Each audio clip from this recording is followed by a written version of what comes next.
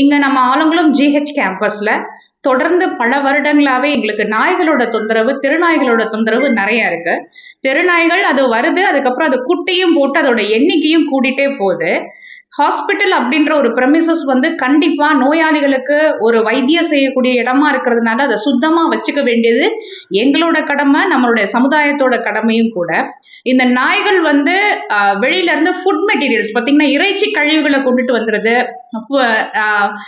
கோழி அந்த மாதிரி இறைச்சிகளை வந்து கொண்டுட்டு வந்துட்டு அதை சாப்பிட்டு வேஸ்ட் பண்ணிடுறதுனால அது கேம்பஸ்க்குள்ள நம்ம விங்குக்கு உள்ள நியர்பை ஓப்பன் காரிடார்ஸ்ல எல்லாம் அது வேஸ்ட் ஃபுட் வேஸ்ட்டும் போயிடுது, அதோடைய எக்ஸ்கிரீட்டரி வேஸ்ட்டும் வந்து பண்ணிடுறதுனால ரொம்ப அசிங்கமாயிடுதுங்க. இதனால தொற்று நோய் பரவக்கூடிய அபாயம் உண்டு. மார்னிங் நாங்கள் டியூட்டிக்கு வந்தோம்னா எங்களுக்கு டியூட்டியை பார்க்கறதே ரொம்ப சிரமமா இருக்கு. நோயாளிகள் வந்து மழை காலங்கள்ல அதிகமாக எங்களுக்கு வந்துட்டு இருக்கிறதுனால எங்களுடைய ஒர்க் ஷெட்யூல் வந்து இதனால ரொம்ப டிஸ்டர்ப் ஆகுதுங்க. இது ரிலேட்டடா நாங்க பலமுறை வந்து பேரூராட்சி அலுவலகத்துல வந்து அந்த நாய்களை வந்து அப்புறப்படுத்துறதுக்கு நடவடிக்கை எடுக்க கோரியும் எங்களுக்கு எந்த நடவடிக்கையும் இல்லை. நோயாளிகளின் நலன் கருதி நம்ம எல்லாருமே ஒர்க் பண்ணிட்டு இருக்கும்போது இது ரிலேட்டடா பேரூராட்சி அலுவலர் அவர்கள் அந்த நாய்களை அப்புறப்படுத்தி கொஞ்சம் கிளீன் பண்ணி கொடுத்தாங்கன்னா எங்களுக்கு ரொம்ப ஹெல்ப்ஃபுல்லா இருக்குங்க.